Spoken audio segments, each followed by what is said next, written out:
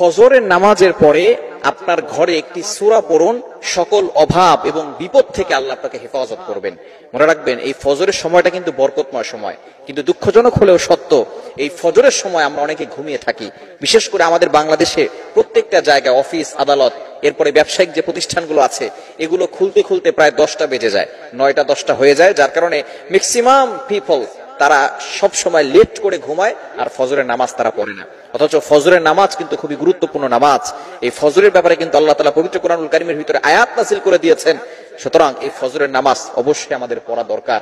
ফজরটা হচ্ছে বরকতময়। যাদের ঘরের ভিতরে বরকত নাই, অভাব লেগেই আছে, অবশ্যই ফজরের নামাজ পড়বেন এবং ফজরের নামাজের পরে একটি সূরা আপনার ঘরের ভিতরে তেলাওয়াত করবেন।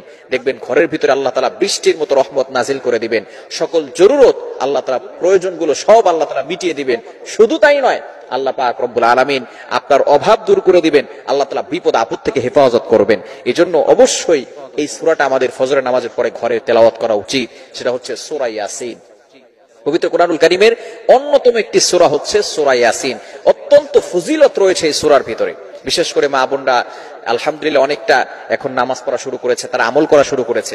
এজন্য আপনারা বাসায় এটা করবেন, তাদের কাছে মেসেজটা পৌঁছে দিবেন, যাতে করে ফজরের নামাজের পরে কেউ না কেউ ঘরের ভিতরে আপনি সূরা ইয়াসিন তেলাওয়াত করবেন। অনেকে বলেন, হুজুর দোকানে খুবই খারাপ যাচ্ছে, দোকানে ব্যবসা ভালো হচ্ছে না। আপনি ফজরের নামাজের পরে দোকান খুলবেন, ফজরের নামাজ পড়ে কিছু আমল করে দোকানটা খুলবেন। ওই সময়টা হচ্ছে বরকতময় সময়। কারণ নবীজি সাল্লাল্লাহু আলাইহি সাল্লাম এই ফজরের জন্য, এই সকালটার জন্য দোয়া করেছেন। বুখারী শরীফের হাদিস, নবী সাল্লাল্লাহু আলাইহি ওয়াসাল্লাম জানিয়ে দিয়েছেন, এই দোয়াটা আল্লাহ তাআলার কাছে করেছেন, আল্লাহুম্মা বারিক লি উম্মতি ফি বুকুরিহা, আয় আল্লাহ আমার উম্মতের সকালটা বরকতময় করে দাও। আল্লাহ তাআলা নবীজি সাল্লাল্লাহু আলাইহি ওয়াসাল্লামের এই দোয়াটা কবুল করেছেন। সুতরাং সকালবেলা যারা ফজরের নামাজ পড়ে, সকালবেলার আবহাওয়া যাদের গায়ে লাগে, এটাও কিন্তু অনেক গুরুত্বপূর্ণ বিষয়।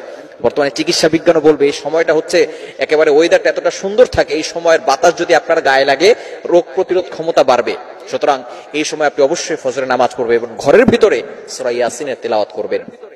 অনেক ফজিলত রয়েছে, সকল বিপদ থেকে আল্লাহ হেফাজত করবেন। এমনকি যদি আপনি ফজরের নামাজের পরে আপনার ঘরে সূরা ইয়াসিন পড়েন, সকল দুষ্ট জিন থেকে, এরপরে তাবিজ থেকে, বিভিন্ন ধরনের ব্ল্যাক ম্যাজিক, জাদুটোনা, এগুলো থেকেও আল্লাহ তাআলা আপনার ঘরটাকে হেফাজত রাখবেন এবং সকল ধরনের দুশমনের দুশমনি থেকে আল্লাহ হেফাজত করবেন, হিংসুক চোখ থেকে আল্লাহ তাআলা হেফাজত করবেন। এজন্য অবশ্যই ফজরের নামাজ আমরা পড়বো এবং আমাদের ভিতরে যদি অভাব দূর করতে চাই, বরকত আনতে চাই, আল্লাহর রহমত পেতে চাই, তাহলে ফজরের নামাজের পরে সূরা ইয়াসিনের তেলাওয়াত করব।